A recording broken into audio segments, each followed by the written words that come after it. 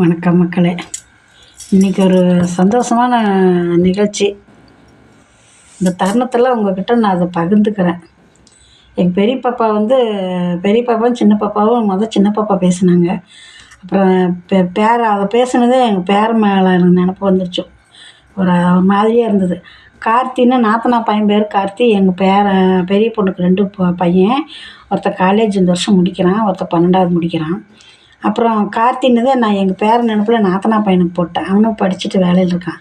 போட்டதே மணி 2:30 1:30 மணிக்கு என்னமோ போட்டேன். அவன் எடுத்துட்டான். சொல்லுங்க அத்தை, நல்லா இருக்கீங்களா, சாப்பிட்டீங்களா அப்படின்னா. நல்லா இருக்கிறியாப்பா, சரி சாப்பாடு டைம் அப்பான்னு.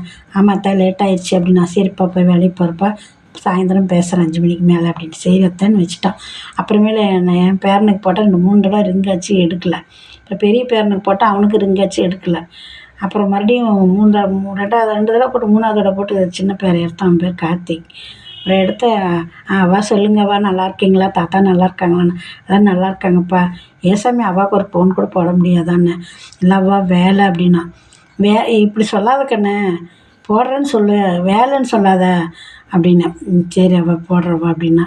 அப்புறம் அம்மா அப்படின்னா. அம்மா சீரடி போயிருந்தாங்க. போயிட்டு வந்து கொஞ்சம் உடம்பு சரியில்லை. காலையில் அம்மா வேலை போய் ஒரு இன்ஜெக்ஷன் போட்டுக்கிட்டு வந்துட்டு அப்படியே கம்பெனிக்கு வேலைக்கு போயிடுச்சுன்னா. ஏன்டா சாமி இப்படி பண்ணுற, பார்த்துக்கடா, நீங்கள் எதுக்குடா ஒரு நாள் இன்றைக்கி இருந்துட்டு நாளைக்கு போகலாமில்லண்ணா. இல்லை அம்மா 1 மணி நேரம் இருந்துட்டுல போகிறேன் அப்படின்னு சொல்லி போயிடுச்சுன்னு. அப்புறம் மறுபடியும் நான் ஃபோன் போட்டேன்.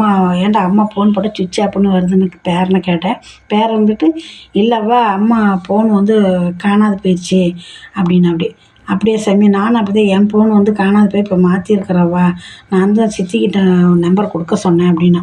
அவங்க பக்கத்தால் தான் இருக்காங்க. அப்புறம் சரின்னு, சரி அம்மா பத்திரமா பார்த்துக்கடான்னு.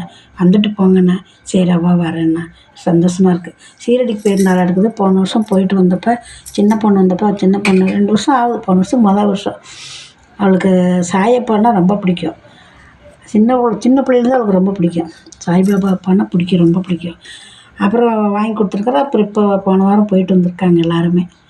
அவர் இப்போ அப்படியே உடம்பு முடியல, போயிருக்கா. ஒரு நாள் இங்கே வந்துட்டு போனாக்கா அவளுக்கு எங்கள் அம்மா வேலை இருக்குமா செஞ்சாத்தாம்மாங்கிறா. கோயிலுக்கு போயிட்டு வந்திருக்காரா. நம்ம இது போய் என்ன சொல்கிறது, சரி எல்லாம் நல்லா இருக்கட்டும். வேறு இது என்ன சொல்கிறது, கஷ்டம். இவர் திட்டுறாரு, ஒரு தாயை பார்க்க வர முடியல, வெளி மாநிலத்துக்கு கோயிலுக்கு போக சொல்லுதாங்கிறா. அவளுக்கு அதுதான் முக்கியமாக ஆண்டவன் அவன் மனசில் பதிச்சு வச்சுருக்கான். நம்மளுக்கு என்ன சொல்கிறது, ஏதோ ஒன்று சிந்தனை செலுத்துகிறாள். சரி நல்லா இருக்கட்டும். பாய் மக்களே.